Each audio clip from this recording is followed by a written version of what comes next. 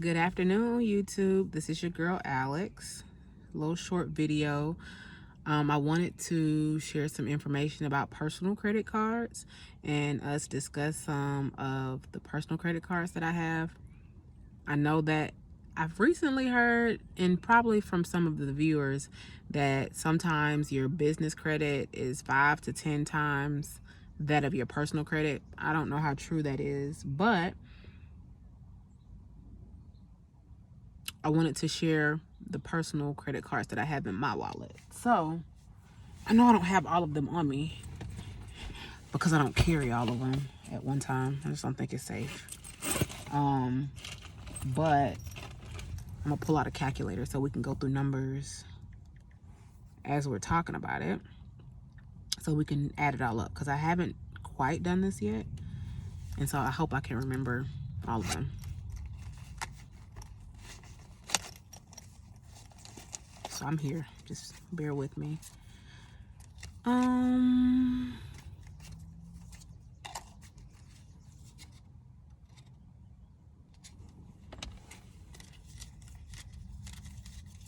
Okay, so I'll start with, I thought I had the other one. I don't think I do have it on me, but it's all good. I think I can remember. So I'll start with the one card that I know I don't have on me. I have a Citibank Expedia credit card. I've had it since approximately 2009, 2010 maybe. My credit limit on that card is $5,000. So how do I feel about that card? I don't like it. I'll start there. I don't like it because I have a very difficult time with Citibank in terms of requesting a limit increase. So that card, I have a $5,000 credit limit on it. I've had it for a little over a decade at this point, and at no point have they ever voluntarily given me a credit increase. And when I requested one, it was denied. Second thing, I'm not a big fan of Citibank is their customer service is subpar compared to other cards that I have. So for me, it's like, why deal with that when I don't have to? The biggest thing of why I even still maintain the card is because I don't want that $5,000 to be stripped from my overall available credit, thus negatively impacting my credit score. That's really the only reason I still have it. The rewards are not amazing. The point structure is not great. I'll be honest, overall, I don't recommend the card. I'm just going to be honest, because there are way better cards out there other than this one. I just kind of, I got it when I was, younger, not looking for certain things in credit cards. It was convenient at the time. And so I just kept it for that reason and that reason alone, not to impact my overall credit score and credit availability. So the next card that I have is the American Express Delta Sky Miles card. I like the physical card. It's like if you hear that, I don't know what it's made out of. I don't know, titanium maybe? I don't know. Either way, probably not very green, but I like the card. Overall, the physical card. American Express, hands down, amazing customer service. I will say that I've had this card since 2011 because it has it on there. It's telling me 2011. I came in with that card. I think I got harassed in the Atlanta airport to get that card. They're like, hey, come on, maybe. And I think at the time they gave you like a free ticket. It was something free. I love free stuff in case you haven't caught on to that yet. And I started with the gold card. The gold card, no annual fee. It at the time when I first got it, it had way better rewards and perks than it does now. Some of the perks, I think you can get the companion pass for like $99.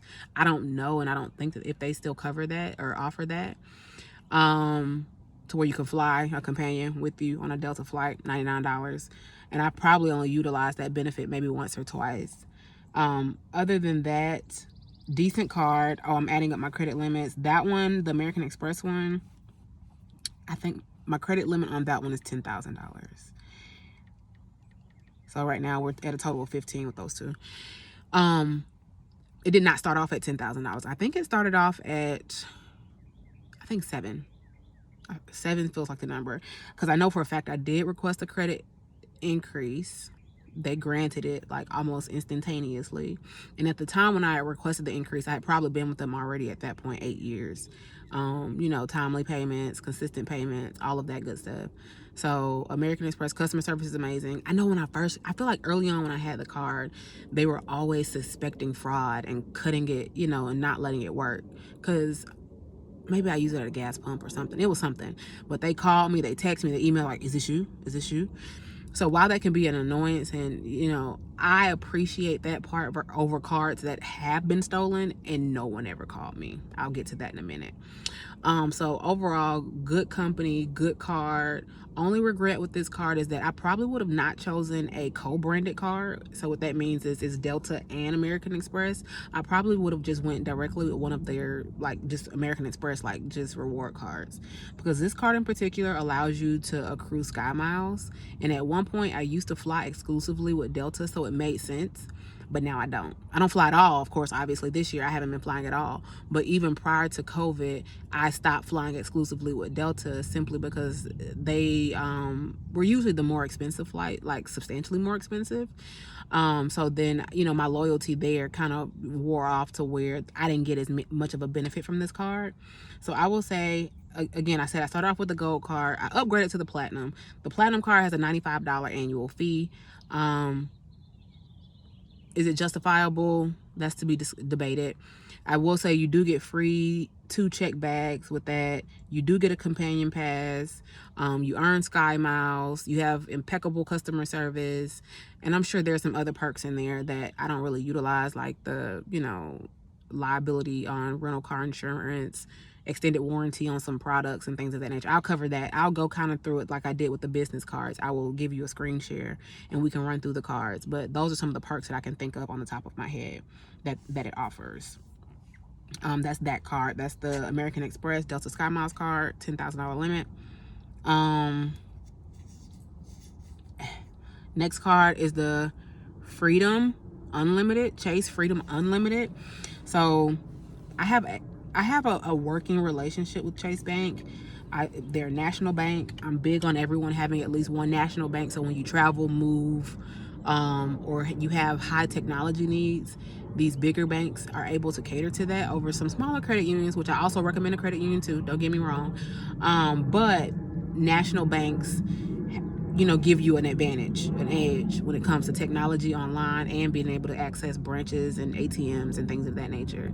I have the Chase Freedom Unlimited card. That particular card, my limit is $16,500. So this card I've had since 2018. They gave me $16,500 out of the gate. I did not have to request an increase on that one. But so next thing I want to get to, which I don't have the physical card with me, is I also have just the regular Chase Freedom card. So the Chase Freedom came out before the Freedom Unlimited. Freedom Unlimited, I think, came out in the Georgia market, at least, came out in about 2017 or 18. I applied for it thinking that it was replacing the card, but really they're 2 separate cards and they both still exist. So with my Chase Freedom card, my limit on that card is $6,000, adding that to the math here. Is $6,000 on that card. They're very similar in their functionality and their offerings. However, they vary and differ in their how they give you points.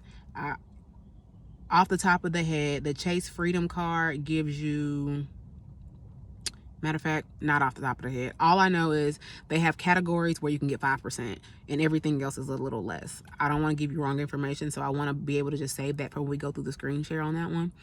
But the big thing about the regular Chase Freedom is that they give you quarterly categories where you're able to earn 5% in specific categories. Meanwhile, the Freedom Unlimited card gives you 1.5% on everything. There are no categories. It's just 1.5%. And so that's kind of the leverage. I have both. And so if I think about it, sometimes I will use the Chase Freedom card, just the regular one, if I know it's a quarter where one of those categories is that 5%. I'll use that card as opposed to using the one that's 1.5%. So that might be more work than some people are willing to do, but if I think about it, I'll do it. No big deal. Same bank.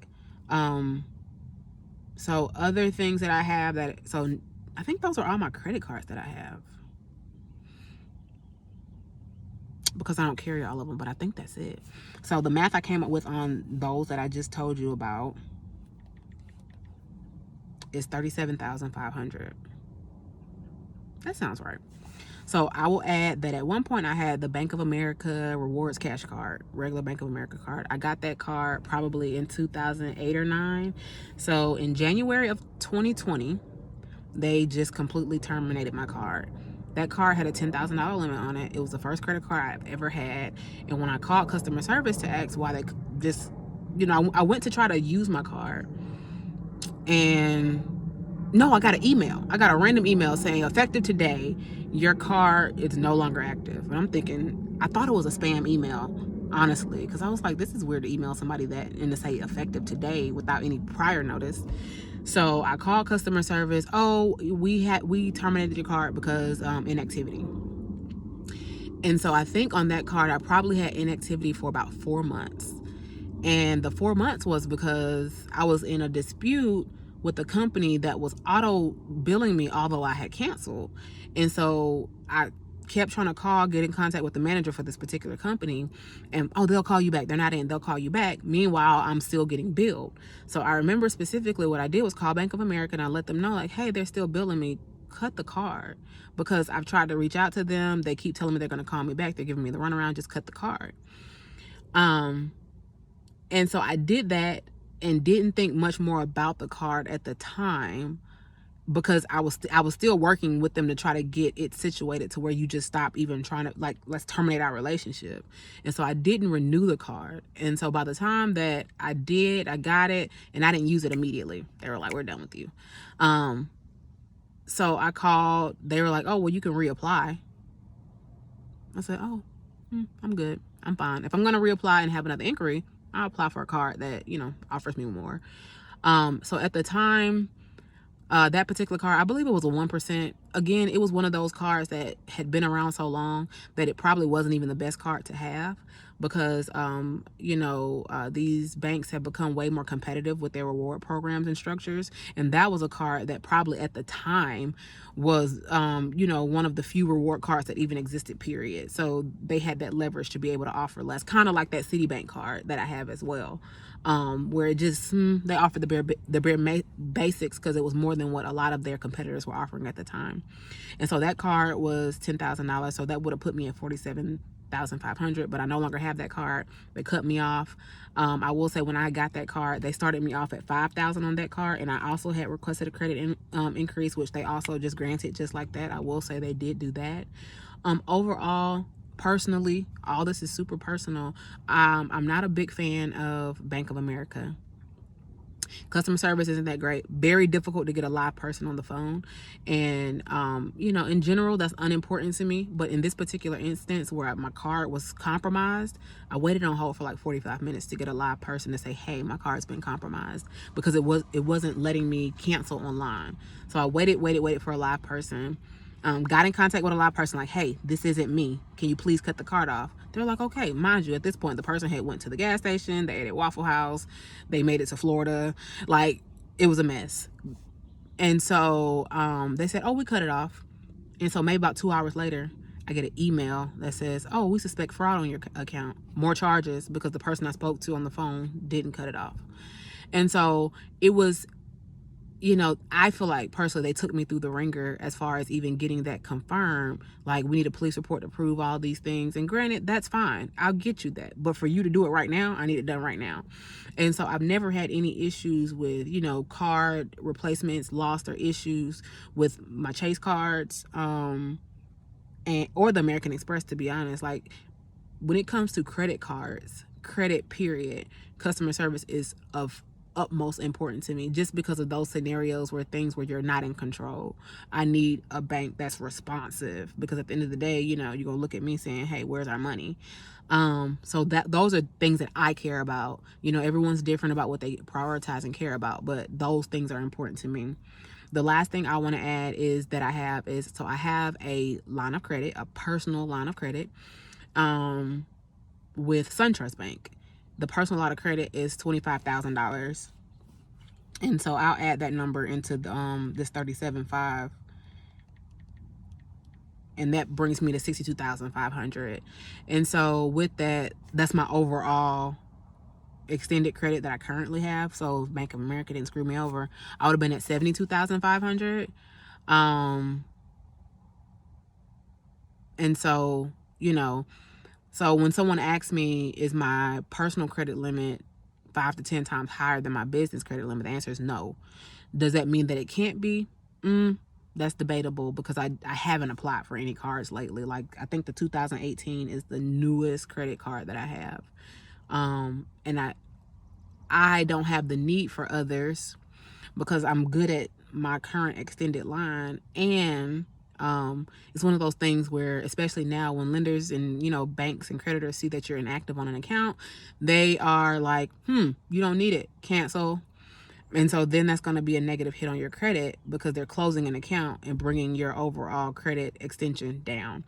And so if it's something where I get to the point where it's requiring me too much to keep up with the card, or I'm having to figure out ways to use it, I'm just not going to have it. And so right now, so 5 times, you know, that's a lot.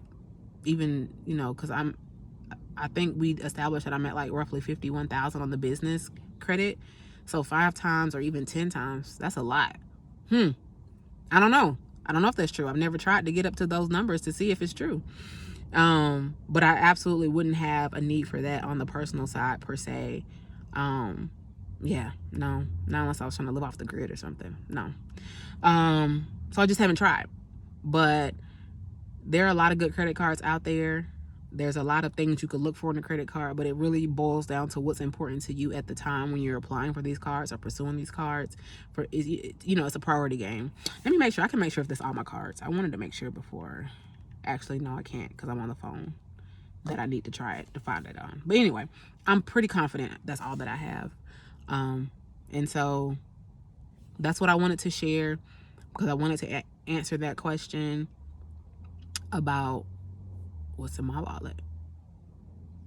Anyway, follow-up video will go more into detail about these particular cards that I do possess. My whole goal is to give you personal experience and to increase financial literacy that can open the gateway to other opportunities in life. I'm glad you were staying with me and joining me today. I pray that you have a prosperous week, as tomorrow is Monday. And talk to you soon. Peace.